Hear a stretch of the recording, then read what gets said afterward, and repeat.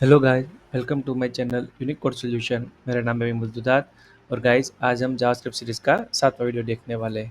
Okay, last video में हमने if statement देखा था और इस वीडियो में हम देखने वाले हैं इफ एल्स स्टेटमेंट। मैं क्या करता हूँ, इसको कॉपी कर लेता हूँ, इसको यहाँ पे पेस्ट कर देता हूँ, 6 वाले को कैंसिल कर देता हूँ।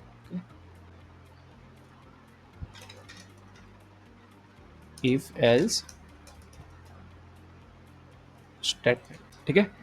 अब यहाँ पे इफ एल्स और एल्स इफ लिखा है। एल्स इफ का गाइज मैं अलग से वीडियो बनाऊंगा, ठीक है। उसको 8 नंबर देता हूँ, बाकी को हम बाद में रिप्लेस कर देंगे। elsif.html, okay. और इसको रीनेम कर देता हूँ। इसको रीनेम में सिर्फ इफ एल्स ही रखता हूँ। चलो क्लोज कर देता हूँ। If else statement. अब गाइज, इफ एल्स क्या होता है, ठीक है। इफ एल्स ये जो कंडीशन है, वो हमने क्या बोला कि if A greater than B है तो क्या, ओके। पर हमने ऐसा तो सोचा नहीं कि अगर नहीं है तो क्या, ठीक है। हाँ, अगर ये ट्रू है तो इसके अंदर आ जा, पर फॉल्स है तो क्या, फॉल्स है तो हमने ऐसा लिखा है कि फॉल्स है तो कुछ नहीं, ठीक है। फॉल्स है तो कुछ नहीं, इसका मतलब ये हुआ। तो अगर हमें ऐसा चाहिए कि अगर एक चीज़ फॉल्स है तो क्या करवाना है, अभी यहाँ पे यही चीज़ रन करता हूँ वापस से। रन एक्टिव फाइल, यहाँ पे हमें मिला ए इज बिग, और इसको मैं हटा देता हूँ, ए इज बिग, ठीक है। अब दोनों को सेम कर देता हूँ। अगर ए इज बिग नहीं है तो क्या, बी इज भी बिग नहीं है तो क्या, बोथ आर सेम है तो हमने क्या किया था, थर्ड कंडीशन लगाई थी, ठीक है। तो रिफ्रेश करूंगा तो कुछ नहीं आएगा। तो वो जो चीज़ है उसको बोलते हैं एल्स पार्ट, ठीक है। अगर मैं इसको हटा दूँ तो इफ एल्स का स्ट्रक्चर किस तरह से गए, ए हो गई इफ कंडीशन, ए हो गई एल्स कंडीशन, ठीक है। ए है इसका स्ट्रक्चर, इफ एल्स। अब गाइस, कल हमने जो देखा था कि इफ स्टेटमेंट मैंने ऐसे ही लिख दिया था, ठीक है। इफ स्टेटमेंट जो है वो मैंने ऐसे ही लिख दिया था, ओके। मैं इसको रिप्लेस कर देता हूँ और इसको हटा देता हूँ। मीन्स कि इफ के साथ मैंने एल्स नहीं लिखा था, पर जब एल्स पार्ट आपको लिखना है तो आप सिर्फ एल्स इस तरह से नहीं लिख सकते हो। जो एल्स है वो इफ के साथ जोड़ी में ही आता है। अगर आपको एल्स लेना है तो अकेले एल्स नहीं ले सकते, आपको इफ लेना ही पड़ेगा, ठीक है। इफ का मीन्स ट्रू है और एल्स का मीन्स फॉल्स है, ठीक है। डायरेक्ट आप एल्स नहीं ले सकते। हाँ, सिंगल इफ ले सकते हो पर सिंगल एल्स नहीं ले सकते। एल्स के साथ इफ आएगा आएगा, इसीलिए मैंने यहाँ पे लिखा है इफ एल्स स्टेटमेंट। सिर्फ एल्स स्टेटमेंट नहीं लिखा है। लास्ट वीडियो में क्या लिखा था, इफ स्टेटमेंट। यहाँ पे मैंने एल्स स्टेटमेंट नहीं लिखा, इफ एल्स लिखा है, ठीक है। बीच में डैश कर देता हूँ ताकि आपको मालूम पड़े कि ये जो इफ एल्स है वो साथ ही में आएंगे। तो गाइस, अब मैंने लिख दिया कि अगर ए ग्रेटर देन बी है, ठीक है, तो क्या करना है, और अगर नहीं है तो क्या करना है, ठीक है। तो मैं अभी के लिए लिख देता हूँ कि if A greater than B है तो ए इज बिग प्रिंट करवाना है, otherwise B is big print करवाना है, ठीक है। तो यहाँ पे मैं बी को 2 ले लेता हूँ। रिफ्रेश करते हैं, देखो गए आ गया A is big, sorry B is big. अगर इसको 10 कर देता हूँ तो ए इज बिग है, तो ए इज बिग आ गया। पर ये जो हमने देखा कि वर्किंग हो रहा है, ठीक है, पर ये जो चीज़ है वर्किंग नहीं हो रही है अभी के लिए। तो वर्किंग क्यों नहीं हो रही, क्योंकि एल्स पार्ट का काम क्या है गाइस, कि जो चीज़ इफ में नहीं चलती, वो सारी चीज़ें एल्स में ले लो, ठीक है। जैसे कि ए ग्रेटर देन बी नहीं है, तो क्या करना है, तो एल्स पार्ट वाला जो है वो चीज़ करनी है। मीन्स कि अगर सही भी है तो भी ठीक है, सही नहीं है तो भी ठीक है, सारी चीज़ें एल्स पार्ट में चली जाएगी, ठीक है। जैसे कि मैं यहाँ पे लिखता हूँ 10, ओके।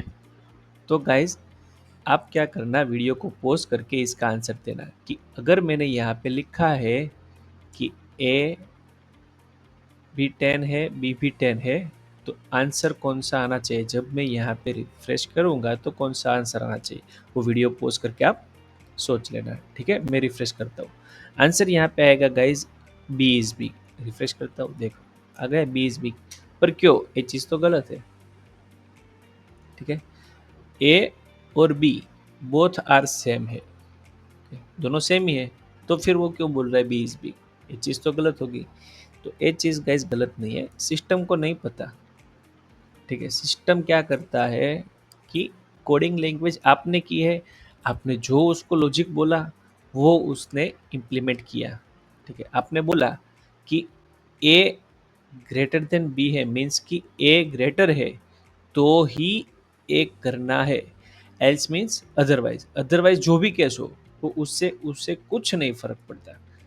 अगर इसके बाद 10 केस भी हो, 15 केस भी हो, तो इससे कुछ फ़र्क नहीं पड़ता गाइस। वो सारी चीज़ वो एल्स में ऑटोमेटिकली ले लेगा, क्योंकि एल्स का काम ही वही है।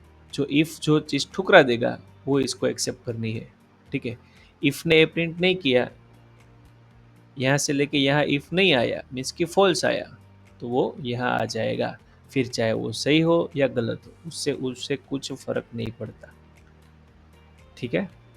तो ये चीज़ एल्स पार्ट है कि जो चीज़ इफ़ में नहीं आएगी वो एल्स में जाएगी जाएगी जाएगी, चाहे वो सही हो चाहे गलत हो, उससे कुछ फ़र्क नहीं पड़ता guys.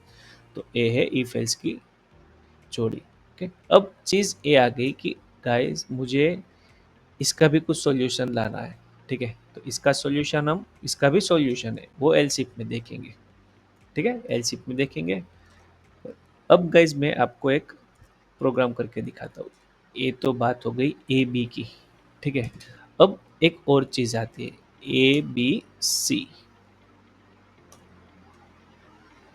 Okay. A B C अगर 3 वेरिएबल हो, ओके, तो ये प्रोग्राम किस तरह से होगा। तो 3 वेरिएबल है तो प्रोग्राम अलग तरीके से होता है। जैसे कि आपने ये वाले वीडियो में सारी पॉसिबिलिटीज़ चेक की थी, तो सेम चीज़ें इसमें भी वो पॉसिबिलिटीज़ चेक करनी है, ठीक है। तो सबसे पहले मुझे नहीं मालूम कौन सा बिग है, मुझे सारी चीज़ें यहाँ पे करके देनी है, ठीक है। जैसे कि इफ़, पहले मैं इफ एल्स ले लेता हूँ कि पहले मैं ऐसा कंसिडर कर लेता हूँ कि ए ही बिग है, ए जो है वो बी से बिग है, ठीक है। सी से बिग है वो मुझे नहीं मालूम, पर ए जो है वो बी से तो बड़ा ही है। तो एल्स पार्ट में क्या हो गया, एल्स पार्ट में हो गया कि ए ग्रेटर देन बी नहीं है, तो यहाँ पे आ गया, तो उसका मतलब ये हुआ कि बी बिग है। यहाँ पे ए बी से बड़ा हो गया है, ठीक है। सी से बड़ा है नहीं मालूम, पर बी से तो बड़ा ही है। अब यहाँ पे बी, बी ए से बड़ा है, क्योंकि एल्स पार्ट में यहाँ पे हमने क्या किया कि ए जो है वो बिग है, ठीक है। तो एल्स पार्ट में कब आएगा, जब बिग नहीं होगा तभी आएगा, तो उसका मतलब तो यही हुआ बी बिग है, ठीक है। इक्वल वाला जो है पोर्शन वो भी के लिए हम स्किप कर देते हैं, वो हम नेक्स्ट वीडियो में देखेंगे कि इक्वल का भी कोई सॉल्यूशन है। तो हाँ, इक्वल का भी सॉल्यूशन है, ठीक है। चलो, तो अब मुझे मालूम हो गया। अब मैं गाइस लेता हूँ इफ के अंदर इफ, मुझे ये चीज़ तो मालूम हो गई कि इफ एल्स, ठीक है। मुझे ये चीज़ तो मालूम हो गई कि ए यहाँ पे ए बिग होगा ना, तो ही इसके अंदर आएगा, तो ही इसके अंदर आएगा, अदरवाइज नहीं आएगा। तो अब दूसरी पॉसिबिलिटी है कि ए बी से तो बड़ा हो गया, पर सी से बड़ा है या नहीं, चेक कर लेता हूँ। अगर सी से बड़ा है, ठीक है, तो मैं यहाँ पे प्रिंट करवा देता हूँ, सॉरी ये चीज क्या प्रिंट करवाता हूं कि ए इज बिग। अदरवाइज अदरवाइज क्या आएगा, सी इज बिग, क्योंकि कंपैरिजन तो ए और सी की थी। सेम चीज यहाँ पे अगर इस तरह का प्रोग्राम करने बैठो तो पहले इफ वाला काम निपटा लेना, उसके बाद एल्स में चले जाना। अब एल्स में बी बिग है, ठीक है, मालूम पड़ ही गया बी बिग है, तो बी को ए से कंपैरिजन करने की जरूरत नहीं है, ठीक है। डायरेक्ट मैं यहाँ पे आऊंगा, इसी को उठा लेता हूँ। तो अब किस किस की कंपैरिजन आएगी, बी और सी की। अगर बी इज बिग है तो यहाँ पे आएगा B is big, otherwise C is big, ठीक है। तो ये हो गया ए बी सी 3 वेरिएबल का प्रोग्राम, ठीक है। रिफ्रेश करता हूँ, देखो गाइस आ गया सी इज बिग। अब मैं यहाँ पे 31 करता हूँ तो वो बोल देगा कि ए इज बिग। रिफ्रेश करते हैं, ए इज बिग। अगर इसको 32 कर दूँ तो बी इज बिग, ठीक है, बी इज बिग आ गया। तो प्रोग्राम परफेक्टली वर्किंग है। तो आपको सभी सिनारियोस चेक करने हैं, ओके। तो ये हो गया ए बी सी का। अब मैं आपको देता हूँ, अच्छा मैं एक बार करके दिखाता हूँ ए बी सी डी का, ठीक है। आपको क्या करना है, आपको ए बी सी डी ई का देखना है, ठीक है। तो ए बी सी का तो हो गया, इसको कमेंट आउट रखता हूँ। तो मैं पहले चेक करूँगा, ए को बी से कंपेयर करके देखूंगा, ए को बी से कंपेयर करके देखूंगा, ठीक है। अब मैंने मान लिया कि यहाँ पे ए ही बिग है, ओके। अगर ए बिग है तो ही अंदर आएगा ना, अदरवाइज नहीं आएगा। तो ए जो है बी से तो बड़ा हो गया, अब बारी है सी की और डी की, ठीक है। तो वापिस से कंडीशन आ गई, यहाँ पे मैं ले लेता हूँ ए को कंपेयर करता हूँ सी से, ठीक है। तो यहाँ पे भी दो पॉसिबिलिटी है, सी से बड़ा हो भी सकता है, नहीं भी हो सकता है, ठीक है। अगर हो गया तो ठीक है, अगर नहीं हुआ तो बाद में देखेंगे एल्स पार्ट, ठीक है। पहले इफ वाले सारे पार्ट निपटा लेते। तो यहाँ पे मैंने किया कि अगर ए बी से बड़ा है तो अंदर आ जा। वापिस से चेक किया ए सी से बड़ा है या नहीं, हाँ सी से बड़ा है तो आ जा अंदर। तो अभी एक चीज बाकी रह गई कि सी से बड़ा है तो सबसे बड़ा नहीं हो गया, तो अभी डी से कंपैरिजन बाकी। तो वापिस से दो पॉसिबिलिटीज है कि ए जो है वो डी से बड़ा हो भी सकता है, नहीं भी हो सकता है, ठीक है। अगर हो गया तो मैं डायरेक्ट प्रिंट करवाऊंगा कि ए जो है सबसे बड़ा है, ठीक है, मीन्स ए इज बिग। जैसे कि ए बी से बिग है तो ही अंदर आएगा, सी से भी बिग है तो ही अंदर आएगा, डी से भी बिग है तो ही अंदर आएगा। तो यहाँ पे ए इज बिग। अब यहाँ पे कौन सा आएगा, यहाँ पे guys automatically D is big ही आ जाएगा, क्योंकि हम कंपैरिजन किसकी कर रहे हैं, ए और डी की, ठीक है। तो ए अगर बिग नहीं है तो डी ही बिग होगा। सेम चीज यहाँ पे कौन सा बिग है, कंपैरिजन ए और सी की करते थे, ठीक है। तो यहाँ पे कौन सा बिग हो गया, सी। तो सी बिग हो गया, तो उसका मतलब ये नहीं है कि सी सबसे बड़ा है, तो सी की कंपैरिजन अभी डी से तो बाकी है। अब एक चीज सोचने वाली बात है, सी को डी से कंपेयर किया, ओके, पर बी से तो कंपेयर ही नहीं किया। पर गाइस बी से कंपेयर करने की जरूरत ही नहीं है, क्योंकि बी यहाँ पे छोटा हो गया है, हमें सबसे बड़ा चाहिए, पर बी तो किसी से छोटा हो गया है, छोटा हो गया, ठीक है। ए से छोटा हो गया तो अब इसको कंपेयर करने की जरूरत नहीं है, हमें तो सबसे बड़ा चाहिए। चलो सेम चीज, अगर सी ग्रेटर देन डी है तो सी इज बिग, अभी कोई बाकी नहीं रहता। अगर ई होता तो और अंदर कंडीशन चेक करनी रहती, और यहाँ पे D is big by default हो जाएगा। सेम चीज यहाँ पे ए की कंपैरिजन सी और डी से की, सेम चीज नीचे एल्स पार्ट में क्या आएगा, बी की कंपैरिजन आएगी, ठीक है। तो यहाँ पे जो ए ग्रेटर देन सी था उसकी जगह पे बी ग्रेटर देन सी आएगा। अगर बी बड़ा है तो यहाँ पे बी इज बिग, और सी बड़ा है तो सी इज बिग और डी इज बिग। यहाँ पे भी एल्स पार्ट आएगा ना, बी अगर सी से बड़ा है तो यहाँ बी की कंपैरिजन आएगी, एल्स पार्ट में सी की कंपैरिजन आएगी। तो ए एल्स पार्ट भी अलग है, ए एल्स पार्ट भी अलग है, कोड भले ही सेम हो, ठीक है, पर अलग कैसे है कि ए एल्स पार्ट ए की कंपैरिजन के मुताबिक है। अगर ए बड़ा है उसका एल्स पार्ट है, और इसमें बी बड़ा है, बी इज बिग है, ए उसका एल्स पार्ट है, ठीक है। तो दोनों का उस हिसाब से अलग रहेगा। तो if else statement and nested if. अब गाइज ये नेस्टेड इफ क्या है, तो यहाँ पे देखो गाइज, ये इफ कंडीशन है, इसके अंदर आपने वापस इफ कंडीशन ले ली, ठीक है। इफ के अंदर इफ ले रहे हो तो उसको नेस्टेड इफ बोलते हैं। तो इसके अंदर भी इफ है तो इसको भी नेस्टेड इफ बोलते हैं।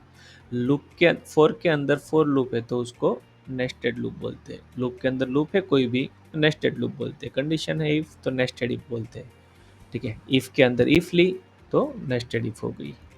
लूप के अंदर लूप है तो नेस्टेड लूप है। फंक्शन के अंदर फंक्शन है तो नेस्टेड फंक्शन बोल सकते हो, ठीक है। तो गाइज ये था इफ एल्स पार्ट। अब गाइज आपको क्या करना है, ठीक है, आपको ए बी सी डी ई लेके ट्राई करना है। तो ये जो आपका प्रोग्राम है वो और भी बड़ा हो जाएगा कोड।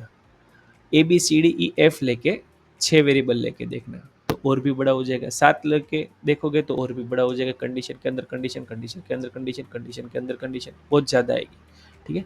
तो इसका भी एक शॉर्ट वे है, वो हम अगले वीडियो में देखेंगे, ठीक है। इक्वल टू वाला जो कंपेरिजन है, ठीक है, वो भी अगले वीडियो में देखेंगे। तो ठीक है गाइज, आज के लिए इतना ही। तो अगर आपको मेरा वीडियो पसंद है तो प्लीज़ गाइज लाइक कीजिए, और अभी तक आपने मेरे चैनल को सब्सक्राइब नहीं किया तो प्लीज़ सब्सक्राइब कीजिए, ताकि इस तरह के ऑसम वीडियोस में बना सकूं।